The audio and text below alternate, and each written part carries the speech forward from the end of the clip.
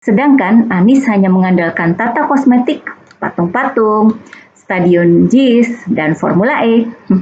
Wah, sungguh sulit dan sungguh bakal jadi bumerang buat Anies sendiri.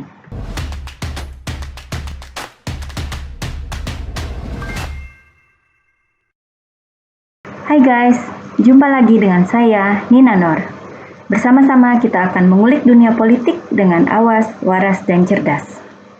Hajatan besar milik Gubernur Anies, ajang balap Formula E, akhirnya jadi digelar. Pujian tentu datang dari para pendukung Anies sendiri, terutama di media sosial.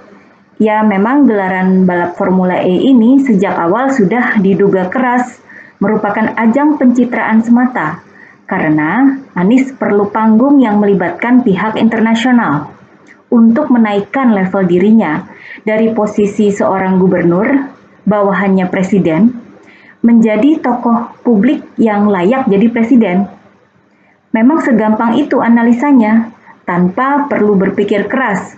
Publik pun paham kok. Masalahnya, acara itu dibiayai pakai uang rakyat, mencapai ratusan miliar.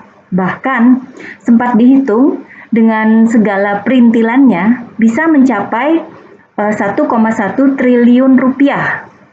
Belum termasuk komitmen fee 4 tahun ke depan ya, itu juga mencapai triliunan rupiah.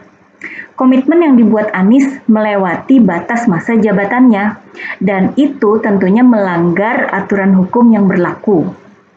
Kalau soal ini, kita tunggu saja tindak lanjutnya dari KPK ya. Yang kita bahas sekarang adalah dampak Formula E terhadap karir politik Anies sendiri. Ketua PSI, Giring Ganesha, mengeluarkan pernyataan menarik dan telak pasca usainya acara Formula E. Menurut Giring, kalau cuma ramai dan ingar-bingar saja, bukan berarti acara itu bisa disebut sukses. Karena kesuksesan sebuah acara bertaraf internasional harus dilihat dari dampak ekonomi dan sosial ke masyarakat. Betul, apalagi modalnya kan pakai uang rakyat. Giring juga mengingatkan, kalau disebut untung, uangnya dipakai buat apa? Sedangkan kalau rugi, siapa yang nanggung? Jangan sampai nanti kalau rugi, yang menanggung itu uang pajak masyarakat. Publik memang masih menunggu perhitungan untung rugi Formula E dari Pemprov DKI Jakarta. Kita lihat saja nanti, apakah transparan atau mengandung unsur kelebihan bayar. Loh, kan biasanya ada saja unsur kelebihan bayar dari pemerintahan Anies yang mengemuka. Jadi berita yang sumbernya dari BPK, tapi kesannya selalu dicuekin oleh KPK. Kembali ke karir politik Anies. Saya kira Anies memang tidak bisa memanfaatkan masa jabatannya sebagai gubernur untuk memberikan hasil kerja nyata yang dirasakan rakyat banyak. Kerjanya kebanyakan bersifat kosmetik. Mempercantik jembatan penyeberangan orang atau JPO di kawasan pusat Jakarta saja. Mengecat atap dan dinding warna-warni. Bikin jalur sepeda yang akhirnya dibongkar.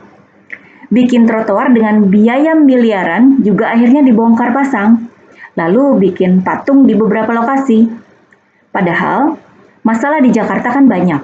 Dari banjir, macet, kekurangan air bersih, kekurangan fasilitas toilet umum, dan sebagainya. Bikin program rumah yang dijanjikan ketika dia kampanye pun tidak sesuai dengan janji dan target. Sehingga Anies seperti orang yang mau tenggelam menjelang habis masa jabatannya. Panik, mencari-cari cara untuk menaikkan citranya. Gimana nggak panik? Berbagai survei menunjukkan mayoritas warga tidak puas dengan kinerja Gubernur Anies. Andalan Anies ketika dirinya dipuja-puja oleh pendukungnya buat nyapres hanyalah Stadion JIS dan Formula E. Kita tidak perlu membahas Stadion JIS ya. Publik tahu kok kalau stadion itu dibangun memakai dana utangan dari pemerintah pusat. Sedangkan sejarah pendiriannya pun melibatkan banyak gubernur sebelum Anies. Fokus kita adalah Formula E. Karena usai digelar, Anies mendapatkan pujian membahana dari pihak Formula E. Bahkan mereka menyebut sudah tidak sabar untuk kembali lagi tahun depan ke Jakarta. Maka izinkan saya berkata, duitnya sopo bos? Uangnya siapa? Wong Anies sudah tidak lagi jadi gubernur. Saya yakin pejabat gubernur pengganti Anies akan sangat hati-hati dalam menggunakan APBD. Tidak akan mengulangi kesalahan dalam memakai uang APBD buat acara seperti Formula E.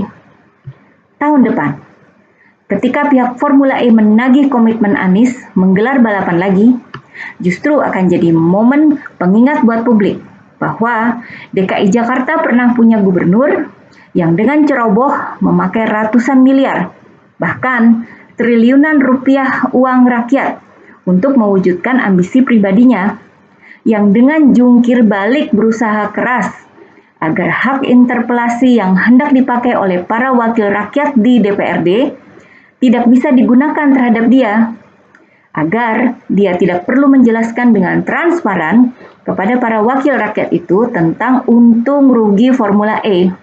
Nggak mau apa nggak berani? Kebayangkan ketika Anies pada 2024 akhirnya maju nyapres.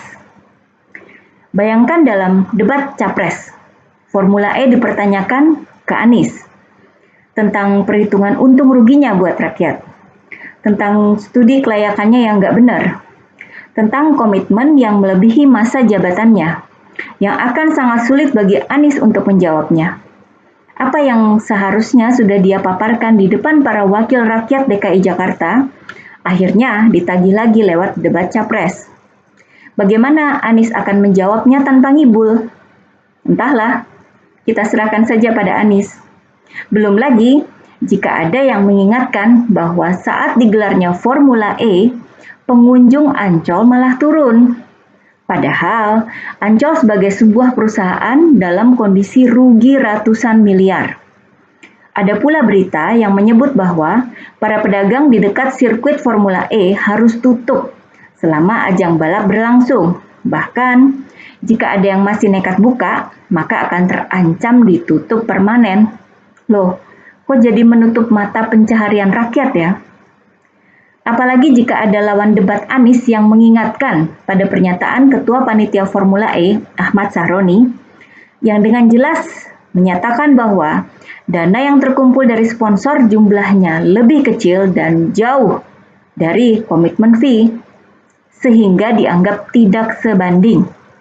Makin susah buat Anies untuk menjelaskannya kan? Entah bagaimana juga cara Anies menjawab pertanyaan lain ketika yang disinggung adalah kelompok radikal dan ormas terlarang ya.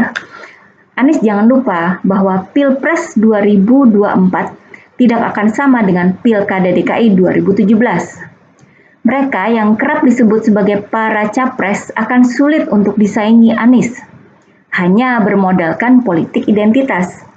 Sebut saja Ganjar Pranowo dan Erick Thohir.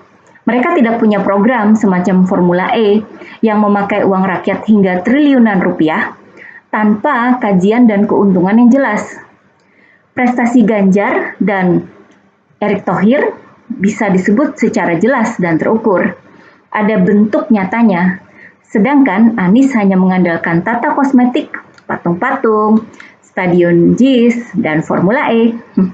Wah, sungguh sulit dan sungguh bakal jadi bumerang buat Anies sendiri. Selalu dari kura-kura.